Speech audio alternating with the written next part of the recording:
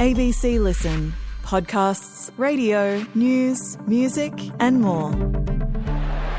Djokovic's is just shocking. Shocked, disappointed, just from the standpoint of wanting to see more tennis from the master of this court. When Novak Djokovic was booed off the court in Melbourne Park last Australian Open, it was the latest odd chapter in what's been an often tumultuous relationship with tennis fans in this country. Since then, a lot has and has not happened for this champion. On court, he didn't win a Grand Slam in 2025, meaning it's been 2 years since he claimed a title at that level. Off court is maybe even more interesting. In recent weeks, he made the decision to abandon a players' council that he founded. The reasons why might tell us a little bit about how Novak Djokovic is approaching his career twilight. I'm Patrick Stack. This is ABC Sport Daily.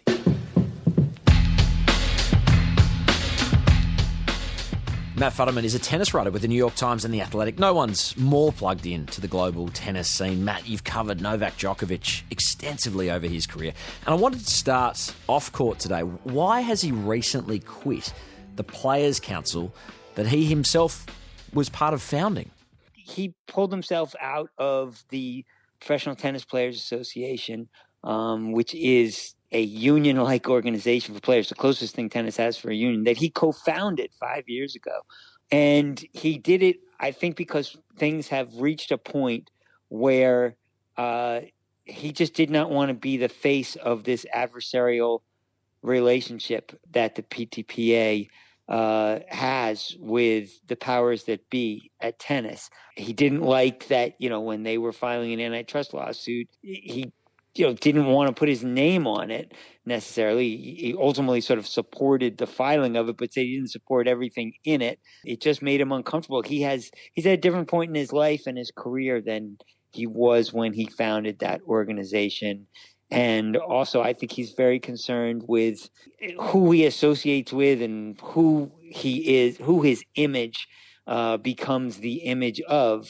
There's a lot of people in the PTPA that he doesn't really know all that well. And, if something untoward ever happens with them, it always ends up being the organization that Novak Djokovic founded. And he's very protective of his reputation right now. Reading your reporting, it's clear that Novak was kind of attracted to this through a sense of it being a disruption opportunity for the sport. And his move away from this at the same time is maybe a realization that to be a figurehead of the very thing, he considered disrupting is sort of at odds with where he wants to push his legacy. Is that fair to say? Yes. I mean, like I said, I think at the time he really believed strongly, and he still believes that tennis is in need of some serious disruption. We have thousands and tens of thousands of players that are competing around the world. And unfortunately, only 400 to 500 players, both men and women, singles, doubles, mix, live from this sport. So that's something that I feel like not many people want to talk about. The season is too long. The players are getting burned out at too young an age. It's hard to follow. It's complicated, and it's ruled by these 7 distinct bodies who never can really agree on anything but that they're all out for their own self-interest.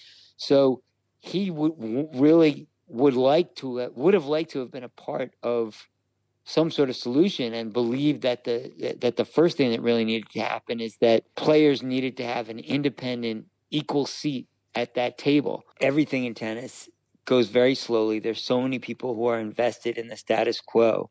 What really needed to happen, what needs to happen, is that the players need to force change somehow. Now they're doing that, attempting to, by filing an antitrust lawsuit, both in the U.S. and antitrust action in Europe. And maybe there will be some sort of settlement that does force some change.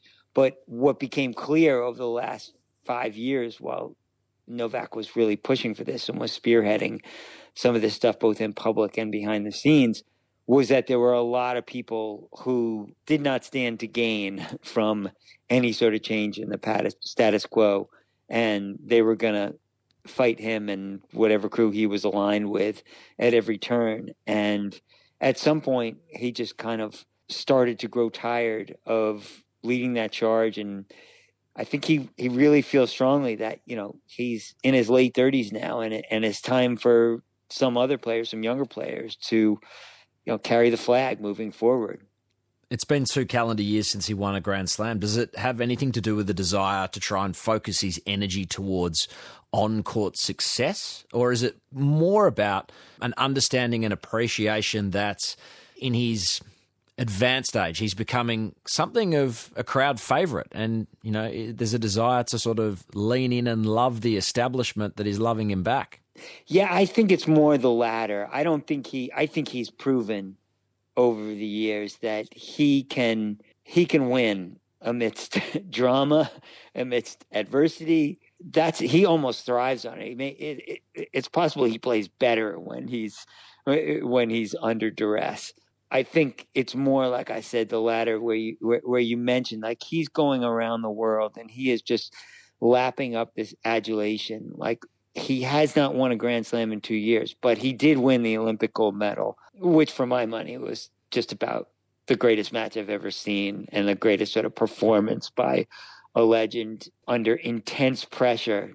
This was not a Grand Slam there was going to be another one in 3 weeks or 2 months or whatever it is. This was his last shot to win an Olympic singles gold medal, given his advanced age. He has come through in the clutch, and that was 6-7 weeks after he'd had meniscus surgery. I mean, it's really remarkable.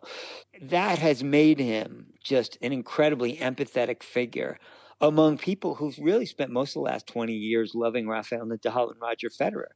Those guys are gone. He's still standing. He's the standard bearer for the old guard. And isn't it incredible watching him knock off players who are 15 years younger? I mean, there's these two guys that he can't find a way to beat, especially in Grand Slams these days. But he's not done trying, and he's also really enjoying the experience of the fight, I think, in large part. And he has said as much at the end of last season. I still enjoy the thrill of competition. Today I received amazing support again on the court from the crowd. Very thankful for that. I mean, I've thoroughly enjoyed myself. And, that's one of the biggest reasons why I keep on going. The love that I've been getting around the world has been amazing the last couple of years. Djokovic is back in Australia, and he's had a tumultuous relationship with the place. I mean, there was the pandemic-related deportation, the bizarre feud with the host broadcaster and journalist Tony Jones last year. Melbourne Park, where you can see the Novak Djokovic fans there in full voice. Yeah, the chants are quite extraordinary. Novak, he's overrated. Novak's a has-been. Novak, kick him out. Boy, I'm glad they can't hear me. There's also been immense success. Do you think at all he has a conflicted relationship with Australia? I wouldn't say necessarily conflicted. It's more complicated. I think he's also able to sort of separate the way he was treated by the government and that whole experience from a lot of the fans. I mean, yes, it was very strange. I mean, I guess it wasn't that strange when they booed him after he, pulled out after a set in the semifinal last year. Due to injury, Mr. Djokovic will no longer continue playing. Game, set match, But Sasha Zverev did, I think, a good job of sort of scolding the crowd. No, the very first thing I want to say is, please, guys, don't boo a player when he goes out with injury.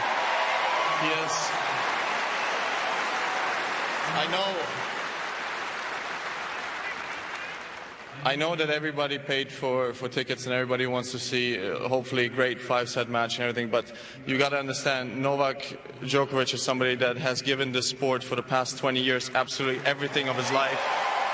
It is, like you pointed out, it has been a bit of a complicated place for him. At the same time, there is also a pretty strong Serbian community that can, with its vocal cords pretty much take over Rod Laver Arena on any given day or night when he's playing. And they do, and they lift him. He experiences and has experienced both the good and the bad in Melbourne and elsewhere in Australia. I think he genuinely loves the place. It's just he's had some unfortunate experiences, including one very big one, which is he over a little bit? I mean, I think it was very cathartic for him to win the tournament in 2023. Novak was meant to play in Adelaide as a lead-in to the AO, but he has said he didn't feel physically ready to compete. And he spoke with great candour after his loss to Alcaraz at the US Open about just not being able to match it with Sinner and Alcaraz over 5 sets. I lost 3 out of 4 slams in semis against these guys, so they're just too good, playing on a really high level. Fortunately, I ran out of gas after the second set. I think I had enough energy to battle him and to keep up with his rhythm for 2 sets. After that, I gassed out, and he kept going. So that's kind of what I felt this year also with Jannik. Is Melbourne Park his best shot to do just that at a Grand Slam? I don't think so. I think Sinner and probably Alcaraz at this point they probably better hard court players than he is, and the hard court is really gonna beat him up. I tend to think that his best shot is one of the organic surfaces. He's a magical clay court player, and nobody knows their way around a grass court better than Novak Djokovic. I mean, you watch him at Wimbledon, and you just see him using parts of the court still that nobody else even thinks about. What a point! What a point! In all his years at Wimbledon, he won't have played many finer rallies than that. You have to play on grass for 20 years to know that you can hit this shot or that shot that other people just don't think of. So I wouldn't even though he's probably the greatest player of all time in my book, and certainly the greatest hardcourt player of all time, I think at this point, though, I would still give him his best shot probably at Wimbledon, because the matches are shorter and he'll be less beaten up there. And if I could envision him actually getting the better of one of those guys, or somebody else getting the better of those guys and him being around to pick up the pieces, I think that's more likely to happen either at Wimbledon or the French Open. We're edging towards the Australian Open. Can't wait to get our teeth into it. Matt, thanks so much for your time. Appreciate it. Thanks so much for having me. Looking forward to being there. Headlines. Sticking with tennis. Last year's champion, Jannik Sinner, has suffered his first loss of the tournament. No, not in the main draw. In the 1-point slam. New South Wales amateur Jordan Smith got past the world number 2 on his part to winning the grand prize of $1 million. Oh my goodness me! He's won $1 million!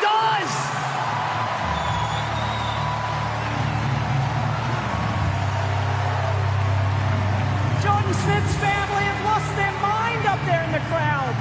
Scenes. He beat women's world number 117, Joanna Garland, to take out the title. She herself beat Alexander Zverev and Nick Kyrgios to make the final. The full draw for the actual tournament has just been held today. You can find the whole thing plus analysis on the ABC Sport website. Football Australia has appointed former stand boss Martin Kugler as its new CEO. It is a crucial time for football in this country. A home Women's Asian Cup starting in March, and then the FIFA Men's World Cup in June. Kugler has never worked in football previously. He says he's a fan. He will begin his tenure Feb 16. And we're in the final stretch of the Big Bash season. The Brisbane Heat stunned the Hobart Hurricanes in Tasmania to keep their finals hopes alive. The Canes were 2 for 124 in the 15th over when who else? Marnus Labuschagne came into the attack, removed Test teammate Bo Webster. With 11 balls remaining, the home side needed 9 runs, but thanks to some impressive bowling, the Heat took the win, keeping the finals race open. To Chowdhury. Full delivery. Chowdhury lifts him. It's high in the air. It's not going to make the rope. He's going to be out. He's caught in the deep.